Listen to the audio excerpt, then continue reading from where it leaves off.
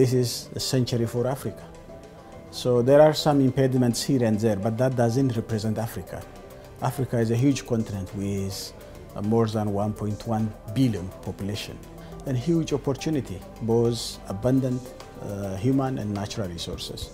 So this is a time for private sector, development assistance institutions to come together so that they harness the potential of Africa. But the main thing is Africans themselves have to take the leadership.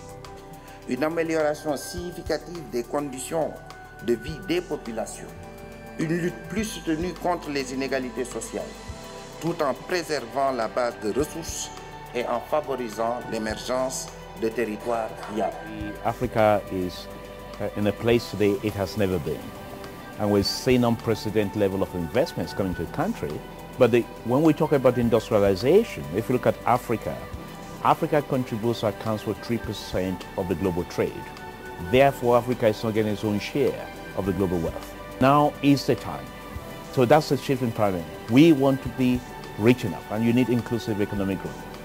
And we can do this. We as the World Bank Group are supporting, for example, a juice-making industry. And how does it work? You go from somebody who is growing the oranges or who is growing the fruits to an industry that can transform that into juices and bars. And basically what we're trying to do is provide the technology that can do that. 40% of our agricultural produce gets lost in transformation and from farm to market. So you need storage systems, you need roads to be able to make the whole fit. So it's not so much that the food insecurity problems on the continent are really, when you have 40% of your produce that cannot be stored, you have 40% that you need to import. Not because you couldn't produce it, but because you couldn't store it. So what is the real Africa? What's the business opportunity down there? And what private sector can do and can benefit by investing Africa? Private sector wouldn't come to Africa to do aid. They come to Africa to do business. This will mean better nutrition for people and nations that are more resilient to food crisis.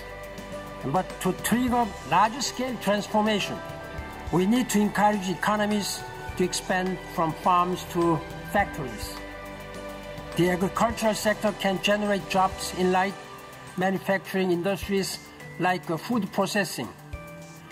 Those industries can be labor-intensive, leading to more jobs. More jobs and higher employment mean greater social inclusion.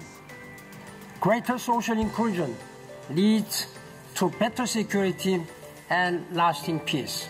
I trust you will see that we have made a lot of progress in less than 1 year. We'll keep this momentum going on.